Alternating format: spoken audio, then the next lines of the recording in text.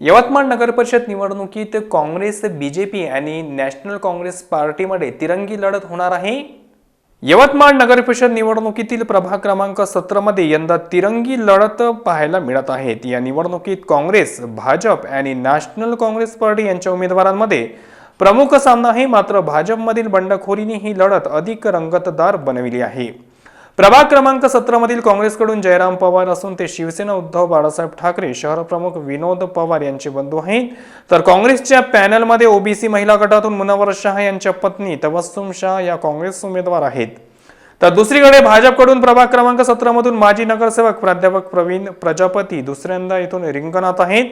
तर दुसरीकडे इथून अपक्ष उमेदवार भरत ब्राह्मणकर आहेत, ते भाजपचे माजी पदाधिकारी राहिलेले आहेत, ते येथे अपक्ष उमेदवार आहेत। तर दुसरीकडे या प्रभागातून नॅशनल काँग्रेस पार्टी अजित पवार पक्षातून आसिफ खान उर्फ बाबा पटेल आणि सृष्टी प्रवीण देवटे निवडणूक रिंगणात आहेत। या प्रभागात महाविकास आघाडी लढत असून शिवसेना उद्धव बाळासाहेब ठाकरेंनी या प्रभागात नंदा किशोर भिगवडे यांना उमेदवारी दिली आहे। काँग्रेस उमेदवारांना येथे शिवसेना उद्धव बाळासाहेब ठाकरे कार्यकर्ते पदाधिकारी पाठिंबा देत असल्याने चित्र आहे। विशेष म्हणजे सामाजिक कार्यकर्ते विनोद पवार आणि मुनव्वर शाह यांनी या भागात सामाजिक सेवा आणि नागरिक सुविधा आणि घरकुल जमीनपट्टी यासारखी जनहिताची कामे केली आहेत।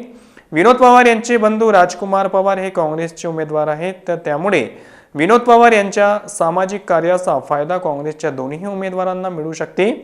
भाजपचे माजी पदाधिकारी भरत ब्राह्मणकर यांनी प्रभाग क्रमांक 17 मधून अपक्ष उमेदवारी दाखल केली आहे। यानंतर ब्राह्मणकर यांना भाजपमधून निलंबित करण्यात आले आहे।